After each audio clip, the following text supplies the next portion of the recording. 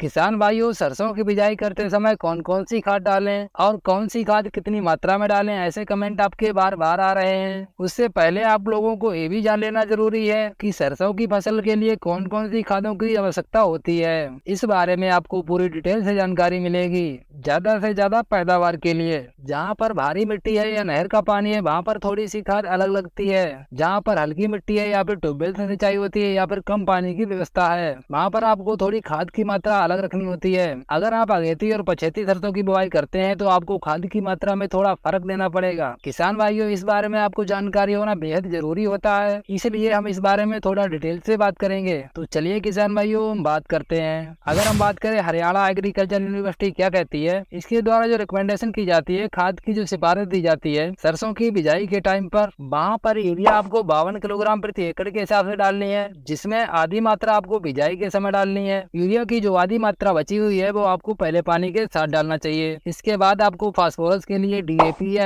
SSP में से एक ही खाद डालनी होती है। लेकिन किसान भाइयों, एसएसपी खाद में नकली की शिकायत ज्यादा आ रही है, इसलिए आपको डीएपी की तरफ ज्यादा ध्यान देना चाहिए। तो किसान भाइयों, डीएपी की 1 बोरी और एसएसपी की 3 बोरी आपको बराबर मात्रा में ही फास्फोरस देते हैं। तो किसान भाइयों, डीएपी की बात करें तो आपको 18 किलो प्रति एकड़ के हिसाब डालना चाहिए यूनिवर्सिटी के अनुसार। एसएसपी की बात हम यहाँ पर नहीं करेंगे। किसान भाइयों, अगर हम जिंक की बात करें, जो हमारी 16% वाली जिंक आती है, वो आपको डालनी है 10 किलो प्रति एकड़ के अनुसार। तो कम पानी वाली हल्की मिट्टी के लिए यूनिवर्सिटी जो कहती है, वहाँ पर जो आपको यूरिया की मात्रा लेनी है 35 किलोग्राम प्रति एकड़। इसमें किसान भाइयों आपको आधी बिजाई के समय डालनी है और आधी किसान भाइयों आपको जब आप पहली सिंचाई करें तब आपको डालनी है। तो किसान भाइयों, डीएपी की मात्रा सेम ही रहेगी सिंचित क्षेत्रों के लिए भी और असिंचित क्षेत्रों के लिए भी। ये जो किसान भाइयों मैंने आपको खाद की मात्रा बताई है हिसार के अनुसार, यानी कि हरियाणा यूनिवर्सिटी के अनुसार आपको बताई गई है। अब किसान भाइयों, बात आती है मेरे अनुसार, जो मैं अपने खेतों में डालता हूँ या फिर प्रैक्टिकल करता हूँ या फिर दूसरे किसानों से मिलते हैं या फिर उनसे पूछते हैं, तो वहाँ से जो निकल के आता है पर्सनल एक्सपीरियंस के अनुसार, यानी कि मेरे अनुसार आपको कौन सी खाद डालनी है और कितनी मात्रा में डालनी है। उससे पहले किसान भाइयों, आप ये जान लें कि सरसों में कौन कौन से खादों की आवश्यकता पड़ती है। सबसे पहले आपको लेना है यूरिया किसान भाइयों। उसके बाद किसान भाइयों आपको लेना है डीएपी, ये भी काफी जरूरी होती है। उसके बाद आपको लेना है पोटास। लेकिन किसान भाइयों, पोटास की ज्यादा जरूरत सरसों में नहीं होती। अगर आप ये डाल देते हैं 15 से 20 किलो प्रति एकड़ के हिसाब से, तो ये आपका प्लस पॉइंट रहता है। उसके बाद लेना है आपको सल्फर, ये बेहद जरूरी होती है। उसके बाद आपको जिंक लेना है। साल में आप लोग 2 फसलें लेते हैं तो किसी भी एक फसल में आप एक बार डाल दीजिए और आपको अगली फसल में जिंक डालने की आवश्यकता भी नहीं है। अगर हम बात करें इनकी मात्रा की भारी मिट्टी में, तो यूरिया आपको लेना है 80 किलोग्राम। इसमें से आपको 40 किलोग्राम पहले डालनी है बिजाई के समय, और जो बाकी बची हुई 40 केजी यूरिया है वो आपको सिंचाई के समय डालनी है। इसके बाद बात आती है किसान भाइयों डीएपी। तो किसान भाइयों, डीएपी की आपको जो मात्रा लेनी है 50 किलो प्रति एकड़ के हिसाब से। यहाँ पर हम एसएसपी की बात नहीं करेंगे, क्योंकि एसएसपी खाद बहुत ही ज्यादा नकली मार्केट में आ रही है,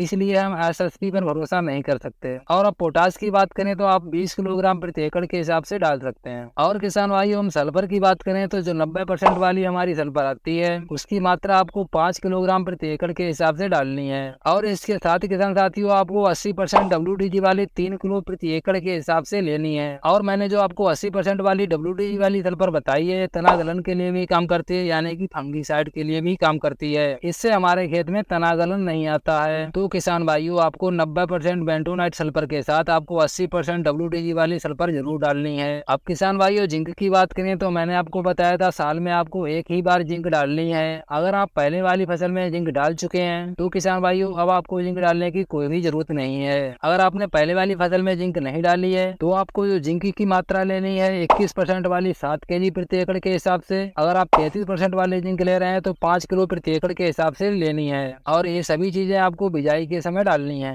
तो किसान भाइयों, ये तो बात हो गई जहाँ पर भारी मिट्टी है और सिंचित क्षेत्र है। अब हम बात करते हैं असिंचित क्षेत्रों की, जहाँ पर ट्यूबवेल से सिंचाई होती है और पानी की व्यवस्था कम है। वहाँ पर हम खाद की मात्रा कितनी रखें और कौन कौन सी खाद डालें। यूरिया आपको 80 केजी ही रखनी है, जिसमें आपको 40 किलोग्राम बिजाई के समय और 40 ग्राम पहली सिंचाई पर। और डीएपी की बात करें तो आपको डीएपी 50 किलो एकड़ के हिसाब से ही लेनी है। और सल्फर की बात करें तो 90% वाली जो बेंटोनाइट सल्फर आती है, उसकी मात्रा आपको 5 किलो प्रति एकड़ के हिसाब से लेनी है। और 80% WDG वाली सल्फर आपको 3 किलो प्रति एकड़ के हिसाब से लेनी है। तो किसान भाइयों, ये तो हमने खाद की बात कर ली, यहाँ पर सिंचित क्षेत्र है या असिंचित क्षेत्र है। अगर किसान भाइयों आप लोग अगेती सरसों करते हैं तो आप लोग खाद की मात्रा इसमें से थोड़ी कम भी कर सकते हैं। यदि किसान भाइयों आप अपने खेत में गोबर की खाद वगैरह डालते रहते हैं तो भी आप खाद की मात्रा मात्रा इनमें से कम कर सकते हैं। तो उम्मीद करते हैं किसान भाइयों मेरे द्वारा दी गई जानकारी आपको अच्छी लगी होगी। यदि आपका और कोई भी सवाल है तो आप कमेंट में पूछ सकते हैं और हम आपसे जल्द संपर्क करेंगे।